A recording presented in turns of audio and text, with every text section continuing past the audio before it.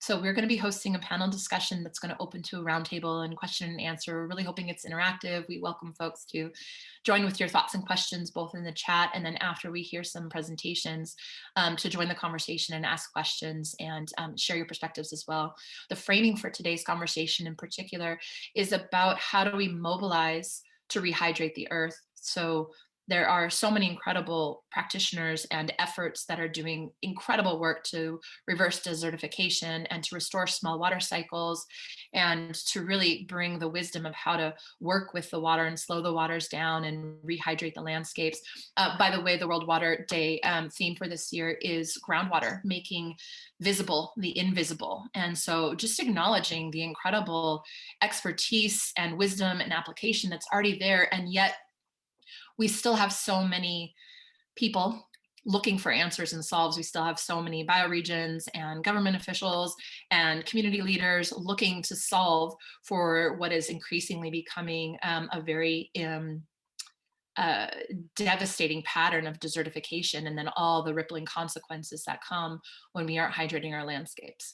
And so my question when we were thinking about the right kind of way to frame this panel was not only what's already existing out there and what are those models and those examples, but how do we mobilize? How do we get more resources, more education, more information about the existing solutions and the incredible interventions and the case studies that have already been successful? How do we mobilize and distribute that information to more practitioners or community leaders or people on the ground saying, what do I do? How do I start restoring the water in my area? It's incredibly complex in some ways, the compounding challenges that communities are facing. I live here on the West Coast, and we're increasingly having droughts and heat domes, and the fire condition is just raging out of control. And I know that's happening around the world. So we're looking for solutions, and solutions exist. And my question becomes, why aren't we matching the solutions and the expertise and the wisdom of how you restore the water cycles and how you rehydrate landscapes and how you work with existing water and even create and encourage more water? How are we still having such a gap of mobilizing more project efforts on the ground, of bringing this information, wisdom, and resource to these places deeply looking to solve these challenges, and honestly looking in a lot of compartmentalized solution sets? They're not necessarily looking holistically. They're not looking at the wisdom out there. They're trying to sort of, address something that's more symptomatic instead of the underlying cause. And when we do that, we honestly just create more compounding challenges. We're not solving from holism, and we're not solving from the underlying issues. We're solving to just put a band-aid on things. So I think there's wisdom to be shared, and the inquiry that's going to go to our panelists today is about what have you done, and how do you, what are strategies that you have successfully seen for mobilizing and engaging more project efforts on the ground to rehydrate landscapes?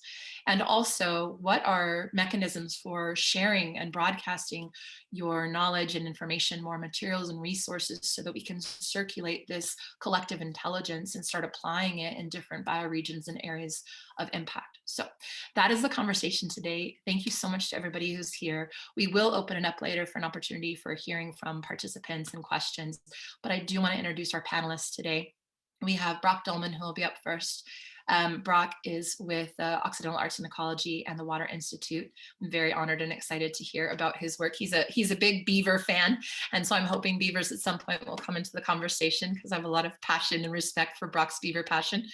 And also Michal Kravcik from Slovakia, who's done incredible work with people in water to really demonstrate over such an incredible lifespan of your incredible career, Michal, that you have been doing this work on the ground and have so much to share in terms of what you've learned and the insights you gained.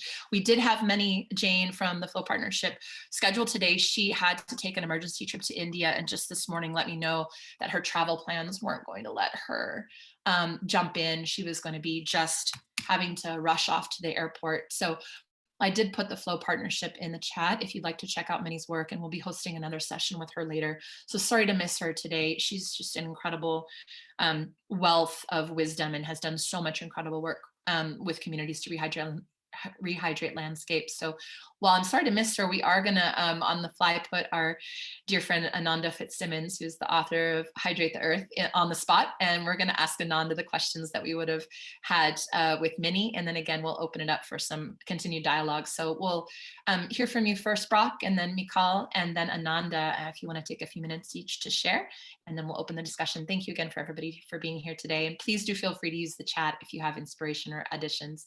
Brock, over to you. Take it away. Well, great. Thank you, Jamaica, and happy to be here and honored to be here with all of you illustrious bipedal sacks of saline solution this morning on World Water Day. So I'm going to share screen and just pop that up there. Is that up? Yeah, we're good. Okie dokie. So I just want to, basically start off with just welcoming us all to planet water. It's not really planet Earth. It's 70% of the surface of this being a saline solution of the ocean, and the bulk of that terrestrial landmass is, as we well know, is in different states of water. And so for me as a biologist, I'm really interested in that. Basically, carbon-based life is mostly water.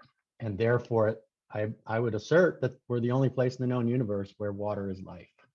And hook me up with an extraterrestrial from another planet, super, or a cosmos or another galaxy. Love to meet them. That'd be really fascinating. But I damn well know that life is here on this one, and I'm not interested in moving to Mars or the moon. And I'd love it if Elon Musk and his crew would just leave and go move there, so the rest of us can get on living on this amazing planet. I co-direct this Water Institute with Kate Lundquist at the Occidental Arts and Ecology Center here in Sonoma County.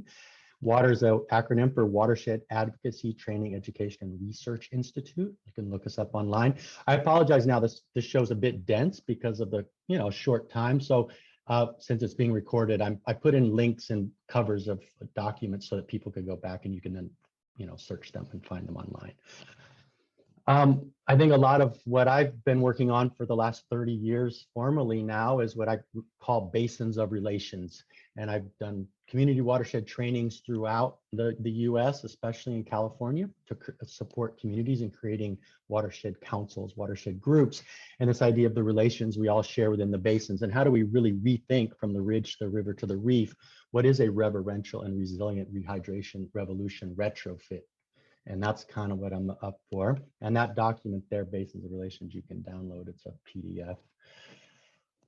I don't know, 25 years ago, I coined this phrase, slow it, spread it, sink it, store it, share it. And you can find it. It's been published in a series of stormwater, water conservation booklets up in Canada, throughout California, different guidebooks, but it's a lot of getting into what I think we all have a sense around the restoration of small water cycles, but you can find these booklets online. And again, it's really the consciousness shift starting in the headwaters, which is the water in our own heads, to actually get the reality that we have to move from the drain age to the retain age, and that the dehydration, desiccation, degradation, death design is something that we have to move away from. I've termed that idea for a long time now, conservation hydrology. I went to school at UC Santa Cruz in conservation biology, and as an endangered species vertebrate biologist, it became clear to me that when the water cycle of a place is compromised, the carrying capacity for life accordingly is compromised. And so conservation hydrology for me is the nexus on behalf of trying to create conditions conducive for life. And we do a lot of that work at OAC, and then also co-founded this Russian River Coho Water Resources Partnership over 12 years ago. And this is an amazing effort with a multi-stakeholder group of agencies, nonprofits, NGOs, governmental entities. Here's 4 books that people are booklets, pretty dense booklets on streamflow improvement plans for 4 watersheds in the Russian River. Again, this is about in-stream flows for coho salmon and water supply security for people, but really thinking in holistic ways. How do we, in-stream flow is kind of a metric. And there's a lot of information here for folks to look at. And this is something that we've been working on a lot. Another fun project that I helped co-conceive 20 years ago, and then we implemented it back a decade ago, is a roof water harvesting system for a little town called Bodega. So the fire hall's got 60,000 gallons to protect for fire. All the residential homes have roof water. We have agricultural water systems that are either 230,000 gallons, and then there's 2 of them at dairies that are 1.4 million gallons and 1.8 million gallon roof water systems, all of which are designed to get everybody out of the creek in the summertime from pumping from the stream to keep that water in the stream for the fish. And this got funded to the tune of over $2 million by the federal government under President Obama, and is working and quite amazing. And then I work a lot in watersheds in California in the realm of fire and our legacy of clear cutting of our forests and overstock forests. We have an issue here where we have too many trees, but not enough forest, if you will. So our mantra is fewer trees and more forest. And we're really thinning for the quality of trees and then using that beneficial biomass for improving a whole suite of needs here, which has to do with gullies that are eroding and head cuts that are migrating and channels that are incising and delivering sediment to kill salmon. How do we use the problem of that fuel load to be a solution for water and carbon and forest resiliency? And so I've been doing that for pushing 30 years and actually formally have permits from the Regional Water Board and the California Department of Fish and Wildlife to legally place this hazardous material, as they term it, into the creeks. Yay, beavers. I got one slide for you on beavers. Could do a whole long show on beavers, but I would just reference you to look at these documents. We have a downloadable PDF there. A group of us put this California Beaver Summit on this spring in spring of 2021, a year ago. And that's got a ton of great talks. Read the book Eager, a wonderful chapter called California Streaming on our work. And then just a couple slides here on some work I did a decade ago with an organization called the Mwande Trust in Mashiwa in Zimbabwe, dry Zimbabwe, and working with the wonderful man named Zephaniah Piri, who's passed on, featured by Brad Lancaster in his amazing books about rainwater harvesting. And I was working with farmers there who were having problems figuring out how to find contour on the landscape. And so I took 3 sticks and some bark and a rock from their project there and made an A-frame, a device that allows you to find level. And we worked with the community and taught them that. And eventually the women took this on. And here's an amazing quote from Dr. Ken Wilson that literally within 18 months of teaching these women how to make an A-frame, they went around the community with a song and a dance in 3-part African harmony, which is incredible to listen to. And those folks at that point had laid out and excavated 120 miles of on-contour water harvesting ditches that allowed them to have water security to grow food instead of leaving the land. And so that project since 2014 has just continued on, and it's really super exciting. A couple articles that people want to get into. The upper one is more of a thought piece, and then there's actually a peer-reviewed scientific publication that gets really nerdy with way too long a title about decentralized water management in Mediterranean climates. And ultimately, that really gets us to this idea of restoring small water cycles. And what does it look like to basically receive and recharge and retain and release in a reverential retrofit from headwaters, from river to ridge, ridge, river to reef. And so that's what I got for you. And then I just wanted to give a big hug out ultimately to everybody to just really honor that, the health of our waters is the principal measure of how we live on the land. I love this quote by Leon Leopold. And to the degree we believe we live on planet water, then the health of planet water is really how we've been living on the land overall. And so with that, a big shout out and a hug to my friend Michal there. Thank you, Christine. I know you're on for this photo from a few years ago when you visited. And that's what I got. And I'm going to stop sharing.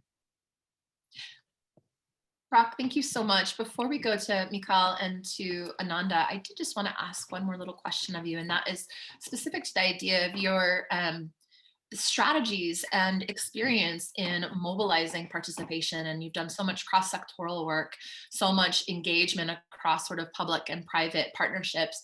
I wonder what are some of the sort of maybe not so much challenges, because I think that a lot of people on this call understand there's a lot of compounding challenges, but what are some strategies or openings or methodologies that you've used, or some success models you've seen for how to really create partnership and engagement and mobilize more of these sort of project efforts? I would love to hear just a little bit of that before we move on from you today. Sure.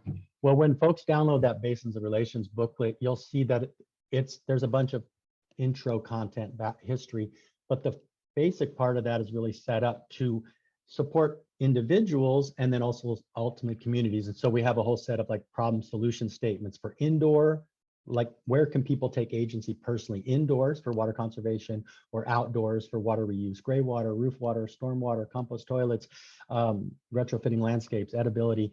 And then there's the next section that really talks about community and building community at neighborhood scale or city scale and general plans and land use documents. And then it scales up to bigger policy documents at the state, federal level. And so I think it's like a fractal, like I talk about ecosystem restoration, and the community work needs to fractal just in the same way that a drainage network fractals in a watershed. And so there's different scales. The headwaters to me feel like individuals. The main stem of the river feels like the feds out to the estuary. And so I think there's different levels. And where I mostly find leverage, an angle would be, it's kind of like the Archimedean thing. Give me a place to stand and a lever big enough and I can move the world. And the leverage that we need to move planet water, the World Water Day, for us, to be honest with you, is around law.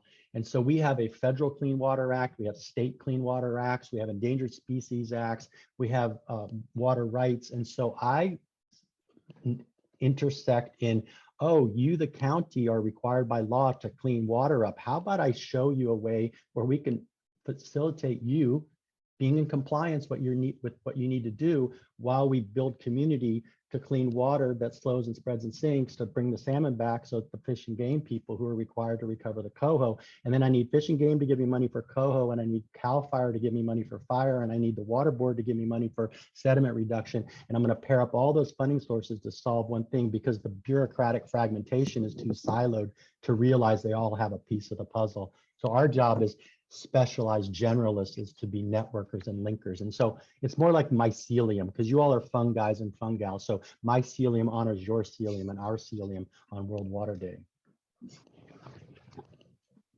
So much fun, Brock. Thank you so much too for bringing in living systems examples. I often sort of tout, I think that the answers already exist, and it's about realigning with and as natural living systems and remembering the intelligence all around us to design our human systems more effectively and more compassionately. So thank you so much for sharing your insights. I'm sure we'll have some questions later and you'll get the chance to share some more.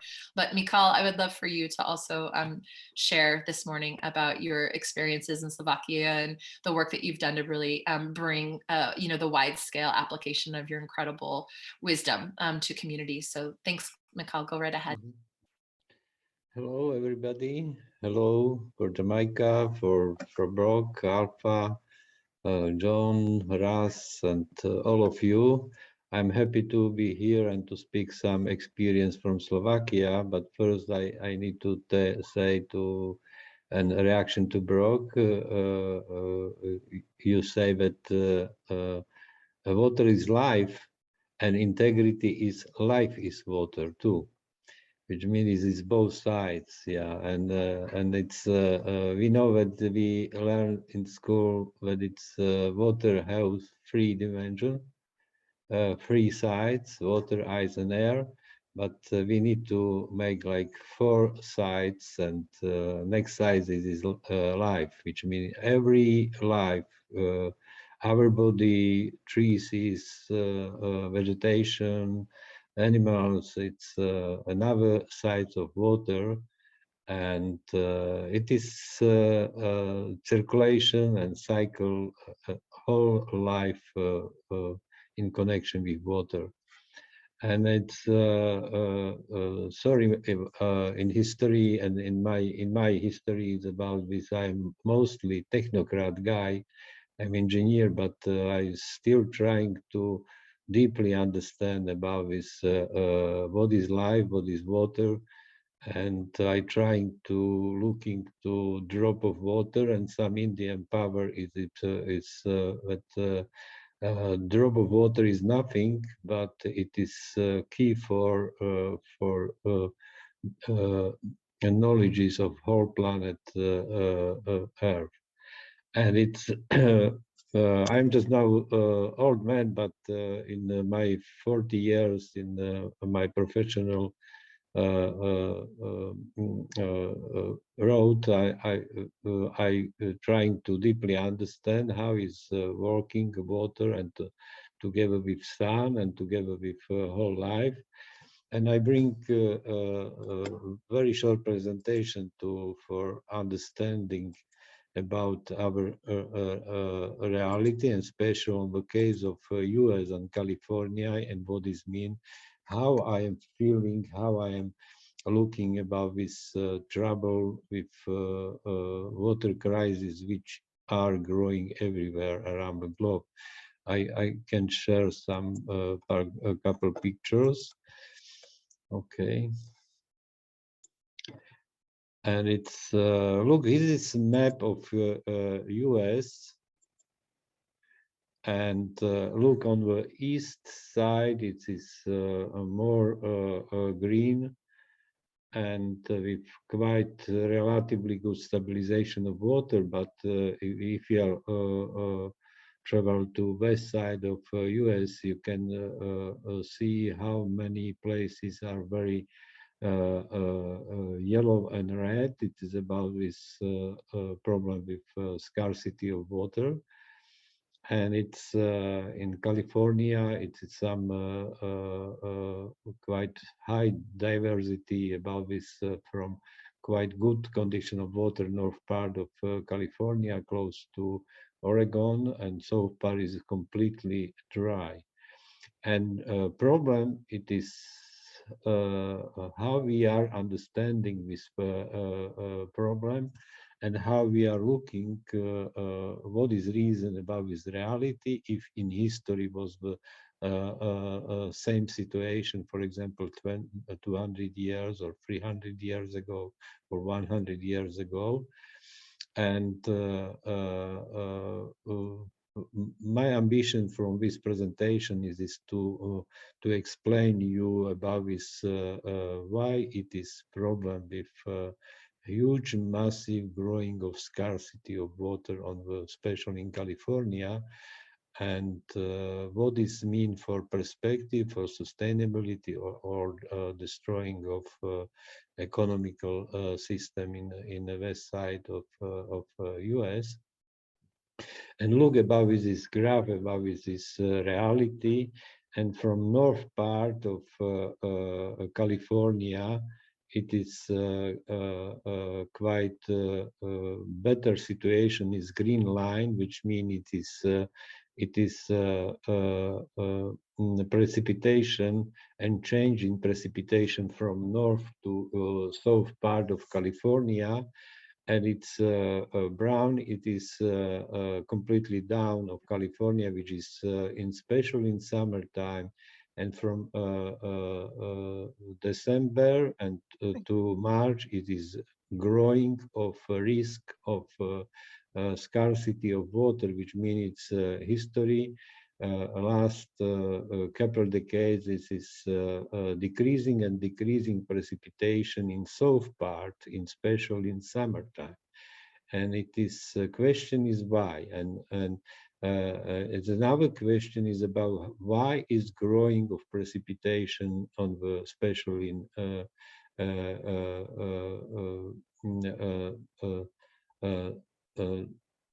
south part, and special with precipitation, which is on the winter time, which is from quite rain season. And my explanation about this reality, which is for perspective, is about implementation of all water paradigm, which means it is rainwater is lost from small water cycles.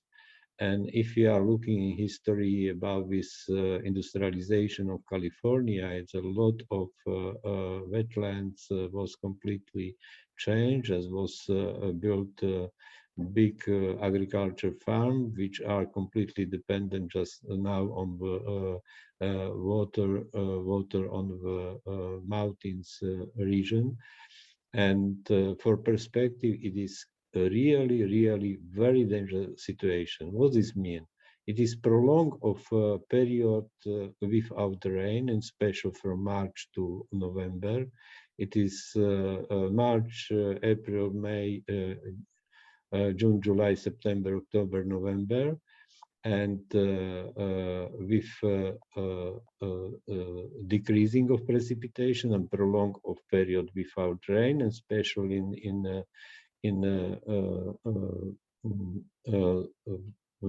winter time. From November is growing of precipitation, which means for perspective will be a huge, massive trouble with new reality about catastrophic and flooding for perspective of California. And what is necessary to say, it is not a natural process. It is an anthropogenic impact from humanity, from change of balance of water in small water cycle. If you are looking on the whole territory of US, look at the case on August 28, 2012, about this huge, massive scarcity of water in central part of US, which are growing of huge, big heat island, which create conditions for massive concentration of clouds on the east coastal zones, especially in New Mexico. And you know about the superstorm Sandy, which was massive follow down of rain, like a couple weeks in east part of Australia, about 700 millimeters, very short time. And why? And problem is about this with growing of huge, massive heat island in central, create boundary to destroying of biopumping system, which very good explain Anastasia Makarieva and Gorshko from Petersburg Institute from Russia. And it's for perspective, it will be completely destroying of biopumping natural and growing new reality in east part of US and west part of US, because we know on the cases in Europe and Madagascar, how is dramatically change of temperature regime of landscape with decreasing of the winter time, and change of flowing of air in atmosphere from Pacific zone to inside to California, and from Atlantic Ocean to with creation of hurricanes, tornado, especially hurricanes, and massive superstorm like Sandy.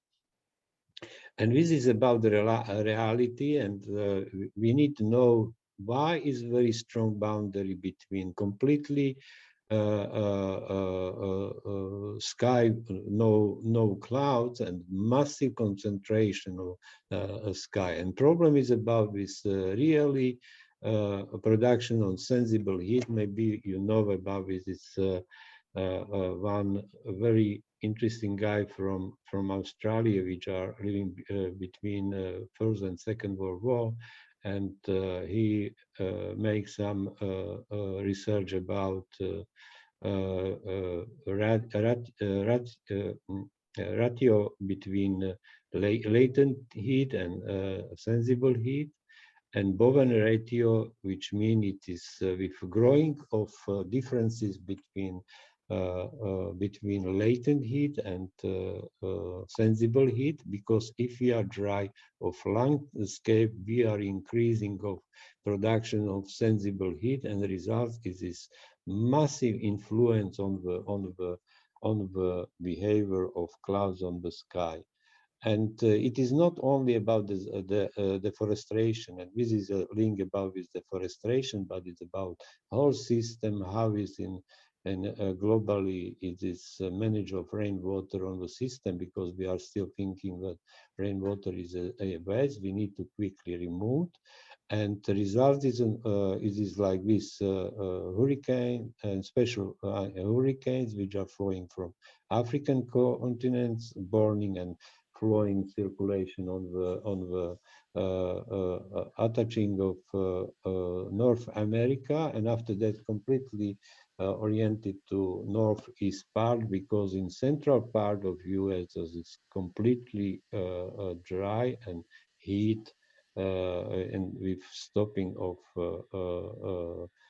flowing of humid clouds to inside of the continent, because with this biotic pumping, it is destroyed in history of North America. And problem is about distribution. Well, Yes. I just wanted to check in really quick. We didn't know, I got asked if you were changing slides. We've been on the same slide. So I just wanted to, I didn't want to interrupt you, but I did want to check in if you meant to be showing slides or if we're staying on the one of the US as you complete. Yeah, Thank and you. only short information. This is very short, a small island in Mediterranean Sea. And look how is flowing cloud around island, because its island is completely heat. And it is problem can't see the slide. Sorry? We're still still the first slide. We're not seeing the slides you're talking about. Oh, no? No. No. I wanted to check and I see if don't you had a couple. understand. That's okay. Yeah. Did you want to click through a few of them? I think people are tracking the wonderful information you're sharing. I wondered if you just want to click through the slides and see if we can see a few more of them before you wrap. And just now? We see your first slide of the United States, but it wasn't moving if you had other slides completely that you wanted to crazy. share. It's the same, last week, which I have presentation on the Bio for Climate, and I had the same problem about this frozen of my presentation. Luckily, you have rich content. There we go. That's what you're pointing to. And maybe you can share. Thank you, Philip. And maybe we can share. You can see just material. now. Now we can see. Yeah. Yeah. Thank you, It's Michal. about. Yeah. Okay. Oh my gosh, problem. No, okay. This is problem about this explanation of physical approach about what is flowing of energy due to sun and water, and if we have good condition of ecosystem with water, and after that it is loss of solar radiation which are flowing and connect to surface of air. And after they transform to latent heat, which is red, or latent heat is blue, and sensible heat is red. And if we have scarcity of the system, and after that with this solar energy which are flowing to connect to planet Earth, is transformed to sensible heat, and it's huge, and small is this latent heat. And we need to support of vapor water to atmosphere, because it's we need to make cool effect, and to change of distribution and burning of clouds on the atmosphere, which will be more diverse. The same like Brock say about this water management, diverse water management system. We need to make on the sky of diverse system of clouds. And this is main message from my understanding about this water cycle, and it is possible to solve, but we need to understand how is this flowing of solar energy due to water on the surface of the planet Earth. And problem is that we are forgot for that, and we are lost and support rainwater to go away from the landscape, because you not need to me just now, and maybe for tomorrow I need, but just now no. And we are support quickly remove rainwater from the ecosystem, and after that it is changed from good condition of energy cycle by interaction with water to bad condition, with increasing production of sensible heat to atmosphere. And it's because it's 1 cubic meter, which are vapor to atmosphere, consumed 700 kilowatt hours of solar energy. And with latent heat, it is transformed by vapor to atmosphere. And after condensation of in cold zones, starting to raining, and with energy due to law of saving energy spread to colder zones of atmosphere. It is great system for to stabilization whole ideas. It is all, And but Michal, yeah. along with this, I'm curious too, before we go on to Ananda, I'm wondering, with the work that you've done in Slovakia as well, bringing this incredible expertise and insight and these interventions and approaches, how have you seen successful strategies for getting more participation and sort of involvement? I know that you've done so much work building community in Slovakia and then around the world. You've been a consultant to support other areas looking to try to figure out how to apply these interventions. What are some of the successes you've seen or the strategies for how to build partnerships to apply some of the interventions that you've been describing in your work today? When we started 27 years ago on with community participation to bring solution for to alternative solution against building a water dam, and we are starting to, hey guys, let's go to work with us some ecosystem solutions which can to produce the same balance of water like water reservoir. After 25 years, I know that it was some best decision making of me, and we are still working with communities. And for example, today I had a meeting on the World Water Day with water board in one watershed in my region. And every day we just now have meetings, workshops, and we are preparing strategy how to involve stakeholders to participate, to deeply understand and explain farmers, foresters, citizens, local governments, mayors, membership of local governments, and so on. And it is necessary to communicate with people. And for example, yesterday I was on the Ministry of Agriculture, and we had another good meeting and decision making of minister board to implement, to establish water and carbon bank. What does it mean? And water and carbon banks means everybody from which are harvest rainwater to ecosystem, support photosynthesis, and increase harvest of sequestrate of CO2 to biomass and soil. And just now it is, I think maybe 2-3 months will be prepare new law in Slovakia, which will be we will be discussed about how to be success, bring real concrete solutions for fertilizing of soil, together with rainwater harvesting to prevention of flood, drought, biodiversity support, prevention to heavy rain, to decreasing, and because support of water in small water cycle, it is support of soft rain, not heavy rain, and with local communities and local jobs. And I hope this year will be good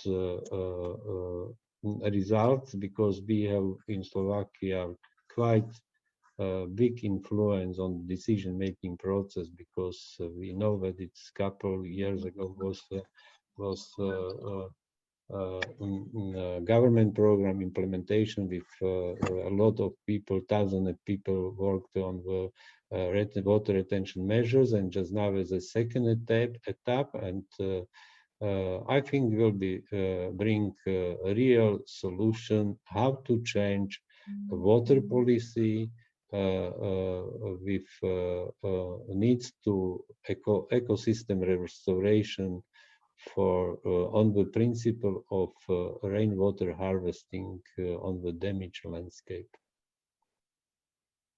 Yeah, thank you, Michal. It feels like the necessity drives, in a way, it's certainly compelling where people haven't necessarily been willing to be creative or look at whole system solutions or partner across some of those divides, or even sectorally not seeing the intersectionality. I think that now, as the conditions continue to impact so many communities in so many countries, there's more opening, that's the hope, right, for being cooperative and looking for creative methodologies and not sort of just staying in the standard practices, but realizing that those aren't working. So thank you so much for sharing your insight. And if you wanted, I know you yeah. Oh, go ahead. So like a short comment, because we are just now in prepare with methodology system, how to quantify of what is mean about this 1 cubic meter or 1,000 liter of water which we keep on the landscape. What is mean for biomass, for carbon sequestration, what is mean for security, for water sources, for thermoregulation, and carbon sequestration, and how much cost it. I am curious whether it is a real, many times cheaper solution for recovery of the climate, not only the carbonization of industry, but with healing of landscape, healing of biodiversity, fertilizing of soil, and so on. It is perspective and challenge to be more success, because if you are looking on last couple decades, we are destroyed of about 20 million square kilometers in globally, and it is big challenge to be successful to restore. And problem it is to deeply understand and how to use of very effective, simple solution, especially on the community level. Because we know in concrete examples around the globe how it was not accepted with community participation, and what was happened, like in Afghanistan and in Russia just now, and it is a problem everywhere if its community participation is not working. And water and drop of water is like one man from community, from society, and we need to create condition for active participation of all of us, because perspective, it is in our hand. Thank you so much, Michal. Yeah, it's so essential. There's so much to dive into. I think what we'll do is, if you wanted to share any materials or resources like Brock's doing in the chat, I know we didn't get to see through your full slides, but please do share. Your body of work is incredible and you have so much wisdom and insight. I think we'll go to Ananda, but then I want to open it up for conversation, because you're hitting on such essential points that I think it's worth us together discussing and really understanding these levers for systemic change and these possibility points for incentivizing this, radical scale of transition that needs to happen towards more regenerative practices. So maybe we'll go with Ananda next and have you share some insights, and then let's just open it up for a dialogue. But any resources you want to share, Michal, you're a treasure trove as well. You and Brock especially are just treasure troves of so much insight and experience and wisdom. So anything you want to share in the chat, but I think we'll send it over to Ananda for a moment and let you share as well, and then we'll open it up for discussion. Thank you so much, Michal. My pleasure. Thanks, everyone. So I'll just introduce myself a little bit quickly. I was a founder of an agricultural company. My focus has been on soil, and spent a great many years trying to raise awareness on the soil microbiome. And then more recently, I got involved in Regeneration Canada and made that transition somehow into water through different things that I learned from people like Michal and Walter Yenny. And we organized a soil symposium in 2020, which brought a lot of this knowledge forward and got a lot of people really excited. And I really got to see what can happen when you present the information to people in a way that they can understand it, how it lights people up and how inspired they all got. And so I think that's really important. And, you know, following that, I wrote a book called Hydrate the Earth, the Forgotten Role of Water in the Climate Crisis. And my goal was really to communicate with people, ordinary, regular people who were not particularly water geeks or scientists or anything else, but just to bring this information forward. And so it's a short little book and it's in really simple language, but that's really the goal. And so I didn't have time to make a presentation because I didn't know I was going to be asked to do this till a couple of minutes ago, but I'll just share a few thoughts from my personal experience and about my ideas of, you know, how that movement has to happen. And, you know, Brock talked about us being mycelium, and I think that is incredibly important because we need to bring this conversation to every level of society because it is a hologram and we really cannot look to the top. We can't look to our leaders to lead the change that we want to see because we know that the system is so entrenched and the leaders are entrenched in systems that don't change quickly. And so we really can't afford to wait. We have to create that change of consciousness. And I think that has to happen by bringing the conversation into different levels of society.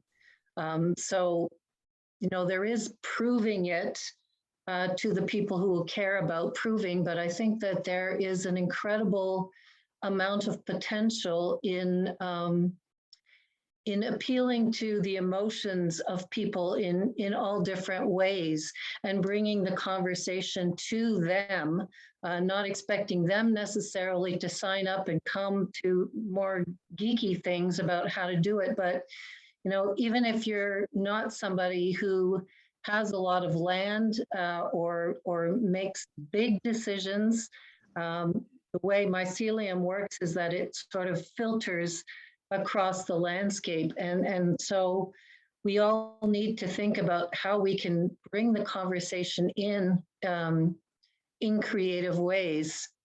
And I'll give you an example, like from my own experience, is my partner and I got really interested in composting toilets a while back. And, you know, read a bunch of stuff. We were really pretty geeky out there. And we made like bucket composting toilets in our house. And so lots of people would come in and be really freaked out by seeing that we didn't have regular flush toilets. And then we would bring the conversation about why we were doing this and, you know, just all this information about how much fresh water is being flushed down the toilet and how this really doesn't make any sense. And actually, we started a movement to try to make composting toilets legal because, like so many things that are more ecological, they're actually not legal because all the regulations are based on conventional wisdom. So if you're kind of innovative or on an edge of something, you're going to bump into all of these things. So how can we change it? And, you know, it's been an interesting process over quite a few years with that. But we've made outhouses that had composting toilets and, you know, brought them out to festivals and brought them to people all over the place so that the conversation just keeps on happening. And so that's, you know, that's one example that, you know, it's people go to a country fair or something, and they expect the chemical toilet, and they get this sawdust thing, and so we have the conversation. So I mean, that's just kind of a banal example of how we need to bring the conversation sideways and, bring it into different types of milieus. I think, there's a lot of opportunities like in communities, with kids in schools to bring these kinds of conversations by doing little things, whether that's bringing in composting toilets, whether that's, like that wonderful example of making the A-frame and finding key lines so that just starts to be a more common part of the conversation. Another piece, I think that, I'm really noticing as the weather gets more extreme, people are suddenly more and more aware of it. And one of the things that is really interesting here is I know people have been talking about water for a couple of years, but I'm in the green part of the map. I'm in Eastern Canada, and we actually still get quite a bit of rain.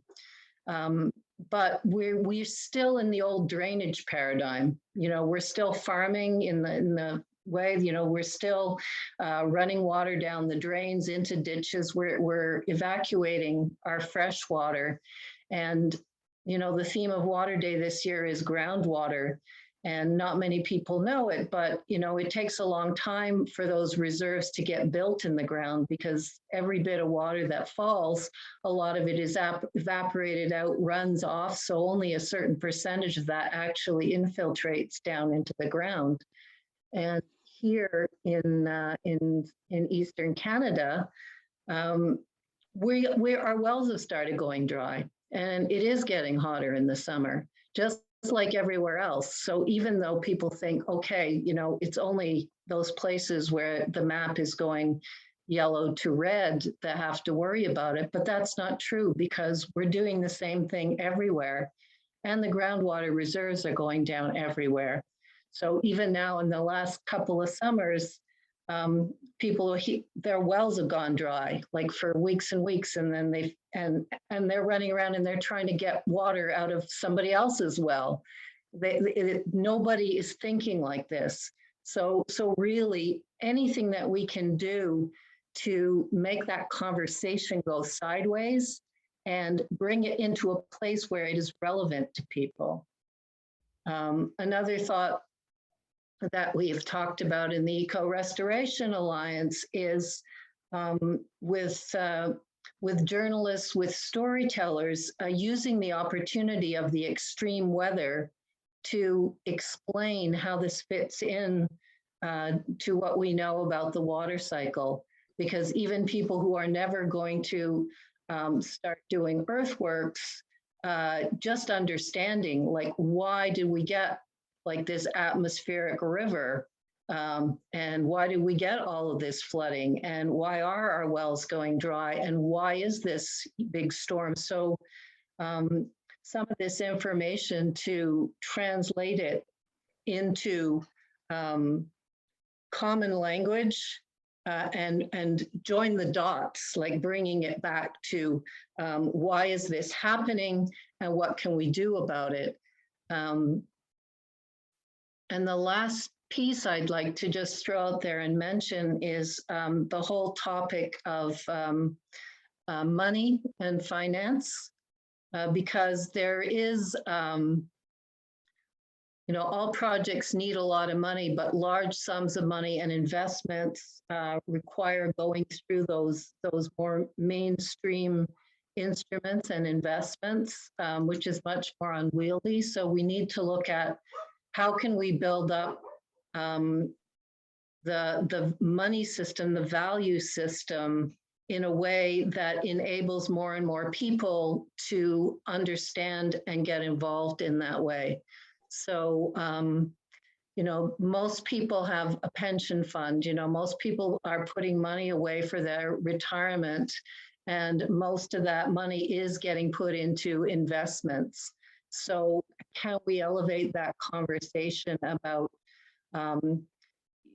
on a higher level, there's more and more tools being created for green impact investments, but there's more demand right now than there actually is in the offering. So how can we accelerate that thing so that more of our money, you don't have to be a billionaire making high level investments, but if more and more people understand the importance and the value of putting their smaller amounts of money into these things that are really important and understanding what is important, just drawing the dots for people. I think we need to do a lot more in these conversations of connecting the dots and then giving people simple things to do. Like, anybody could go and have a conversation about what are the opportunities for impact investment, or investing small amounts of money in things like a lot of conversations now about cryptocurrencies, like how can we finance eco-restoration and how can we communicate to people that eco-restoration, restoring the water cycle is really, really important, so that in both large and small ways, we create more of a groundswell of people that understand why and find ways to do their little bit. And, we as mycelium can help create that web of making those connections, understanding the why, and building the passion, because everybody now has eco-anxiety, but feels powerless. So how can we create that web where we feed into in a very, very broad way, not waiting for the higher up to figure it out and do it for us, but, create the interest, create the demand, create the passion, and connect the dots with how can we channel our energy in whatever scale we can do it. But if we get more and more people on that wavelength, we start to create that groundswell, we start to create that movement. So I think that's basically what I have to say. Thank you, Ananda. It's so rich. I know those of you who've been listening, just between Brock and Michal and Ananda, sort of addressing this multi-sided need for these solutions and these interventions and applications and partnerships, and it's so complex. And yet I appreciate, Ananda, there are simple ways when spread out amongst the many to mobilize these efforts more effectively